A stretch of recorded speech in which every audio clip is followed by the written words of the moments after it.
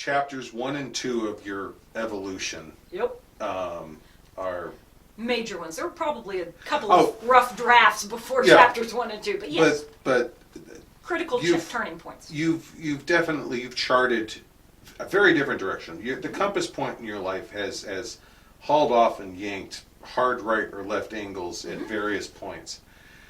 Now, and I know we've talked about this last one with how you got to where you are now. This is a radically different you with radically different stakes. I mean, before you were studying a culture which you could have frankly just said, okay, this is too much, and you could have picked up a Spanish persona and run with it in a heartbeat with almost no effort. Now you're involved in work which not only affects you, but you are one of the leading voices and advocates to be academic about an entire swath of people. And that's not something you just take off at the end of the day. You really have shouldered a lot in the last couple of years. So how do we get from Vlad's coronation to where we are now with all its ups and downs? I had mentioned previously that I was fully prepared for my life work to be advocating for Romani personas in the SCA. After Vlad's coronation, there was a certain level of, what do I do now? So when you say life's work, you mean you were planning on meeting the end of your mortal coil, and the work is still yet to be done. I figured that I would, start this path, but it would be another generation to finish it. And all of a sudden, Vlad makes the announcement, you're not 50 yet, so... And now, more or less, I'm sure there are still people out there who don't like it, but more or less, no one blinks at Romani personas. If someone new came in and wanted to play a Romani persona, no one would blink an eye. And if someone wanted to play the stereotypical 80s fantasy novel, which we won't use the name of, there's now a fairly large cultural knowledge of at least to say, no, wait, you need to go talk to X about getting this right if you really want to do this. And it has happened numerous times. It has also happened that someone has walked by wearing clothing that is indicative of that 80s fantasy genre. And my friends have had to sit on me. Because I'm laughing with you, not at you. I did not have the spoons. It was not the right time or place for me to jump down someone's throat. One, that should never be done in the first place. That's not how people learn. No one is going to accept information that is screamed at them. But people have come to me, multiple people, and it rings my little serotonin bell every single time, that they came across someone who was playing the 1980s fantasy genre form of, we won't say the word, and they stepped in and calmly educated them. And then they come to me and tell me that they did it. And I went, pat on my head. Like, this makes me very happy that it's not just me fighting this uphill battle. There are numerous people who will step in and say that's not appropriate. So, you accomplished the almost unexpected, the almost unmovable in doing that, which I do have to go back that it was not solely my work. No, I will have to keep saying this, because there was no aspect of what I would still be, I fully believe that I would still be on this road. I would still be trying to do this. Vlad's winning was what changed it. It was his win. As much as we bag on 80s fantasy novels, like a true 80s fantasy, the right party came together at the right moment. That's what made it happen. And conquered the dragon in the most insane way possible. But the win was not mine alone. So all of a sudden, you no longer have a life's mission. I have no purpose. Exactly. And we talked about that at least much vaguer terms, but there was definitely a mild panic. What do I do now? And then you did. I've known you for years, and even I was like, "Whoa, where did this come from?" So I made my undergraduate academic career. I took what I had learned and was trying to do in the SCA and took it into mundane academia. My field of study was cultural and linguistic anthropology with a focus on Romani studies. But in academia, especially in anthropology and ethnography, where the goal is to be, you are not telling your story. You are, with the people's consent, with their stamp of approval, you are out there telling their story. Mm-hmm. And finding a large enough group of Romani to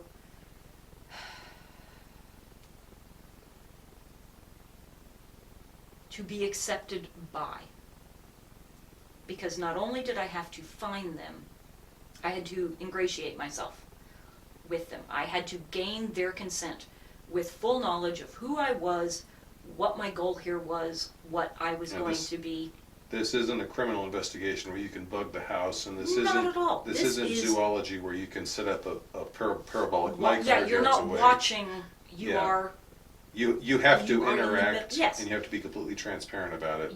That is the fundamental ethical principle of anthropology, is you gain their consent. They have to know exactly who you are, what your point is, what you are going to do with the information you have gained, and then ideally, what can you give back to the community? There was not that community for me to...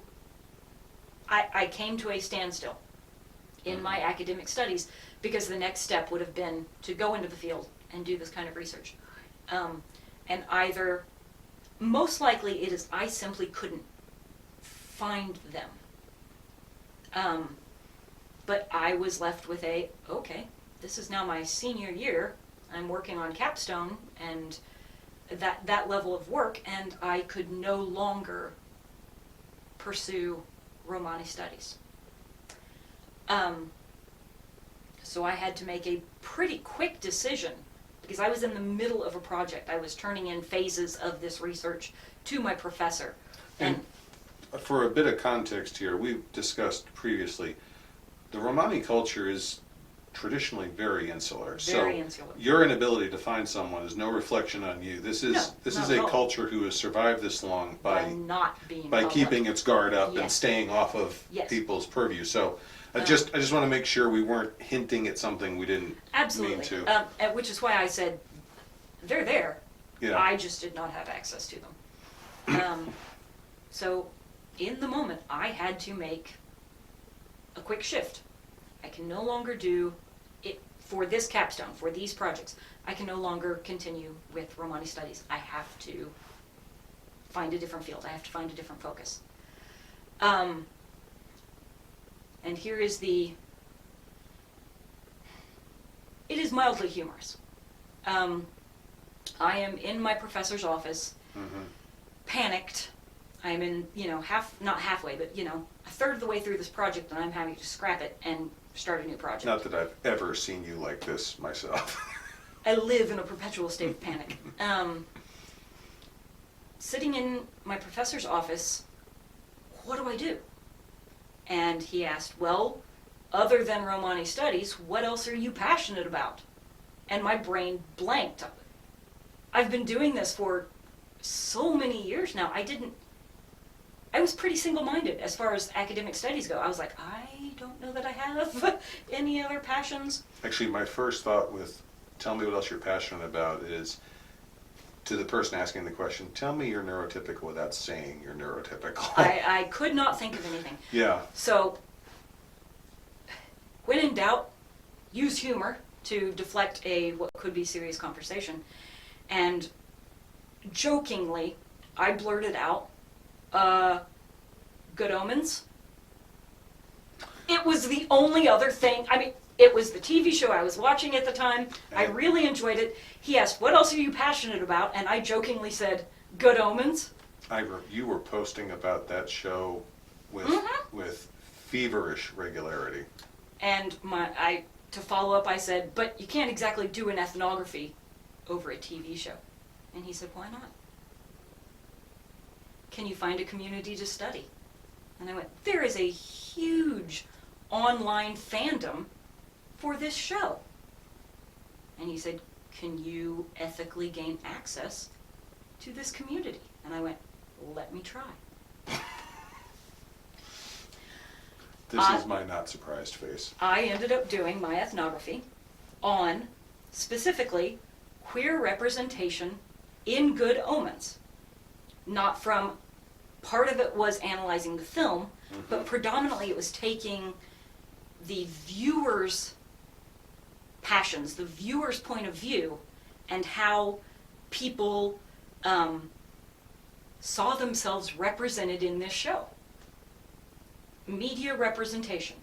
I did an entire ethnography over A fan base. a fan base of Good Omens. Specifically queer representation.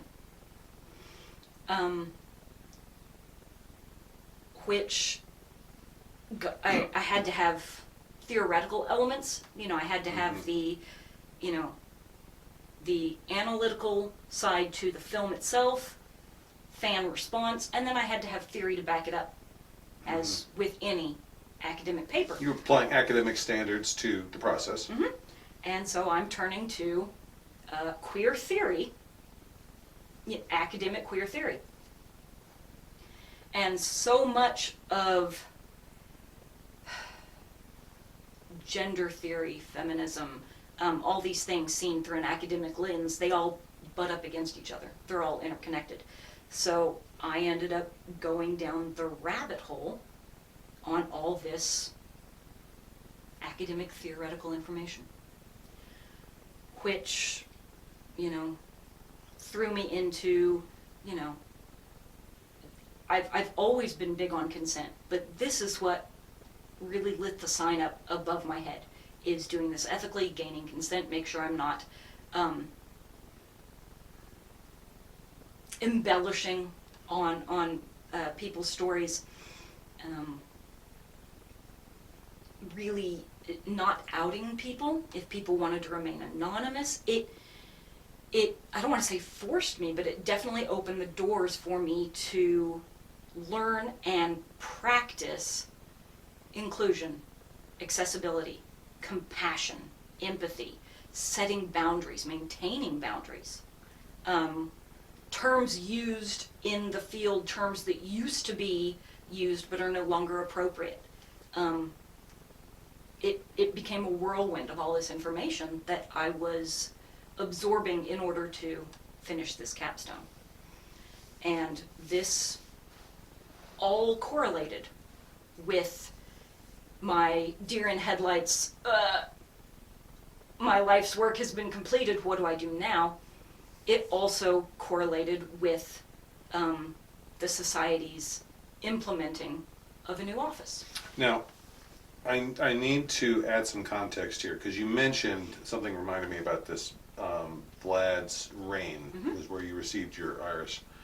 Our 40th year celebration was right before the COVID lockdown.